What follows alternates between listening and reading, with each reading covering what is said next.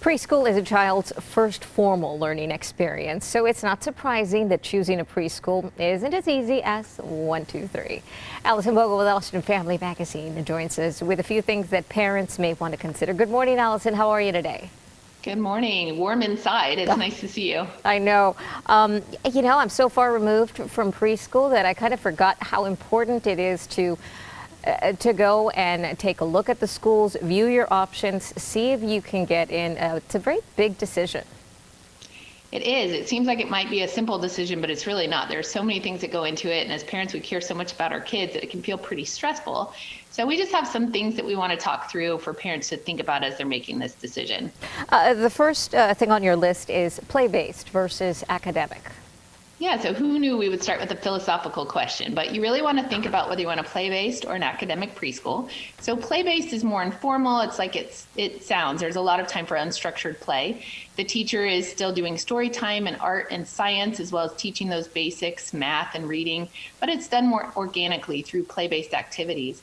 An academic program is more structured. Kids are spending a lot more time sitting and working. The activities are planned, and all of those basics are taught, but it's in a more active way, a more structured way. And there's really no right choice. Parents want to think about what their child's personality is like and what they might need more help developing, if it's social skills or maybe they need some more time with those letters and numbers. What are some of the other considerations we need to take in that sometimes don't even occur to us?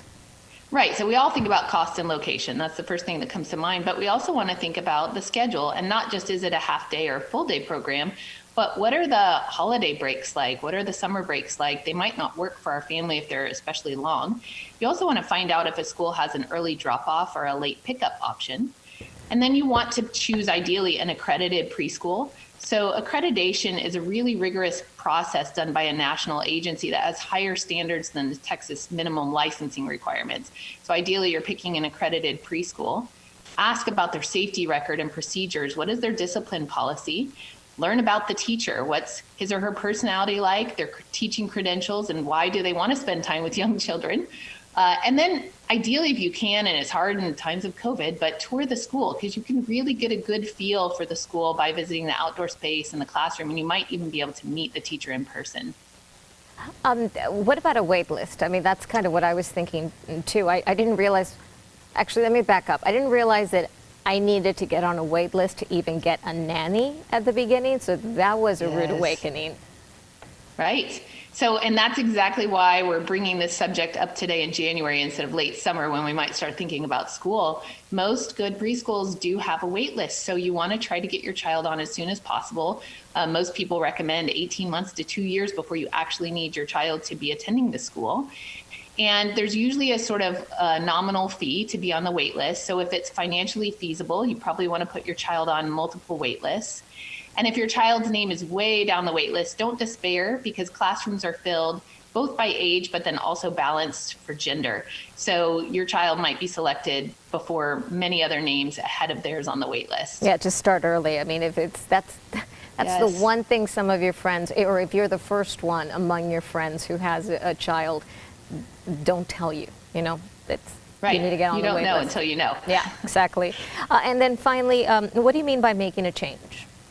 Yeah, so changing preschools, once you've chosen the preschool that you thought was right, if it doesn't seem to be working out, kids really do thrive on stability and predictability. So you don't want to just change preschools regularly.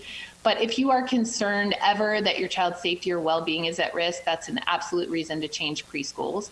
If their needs aren't being met, let's say you picked an academic program and they're struggling with the structure and you think they maybe would do better in play-based, that's another reason. Or if they have an unresolvable issue with a classmate, those are things to consider. You really want to look, is your child resistant to attending school beyond a reasonable period of time, or have you seen any negative personality changes? Those are reasons to think about changing preschools.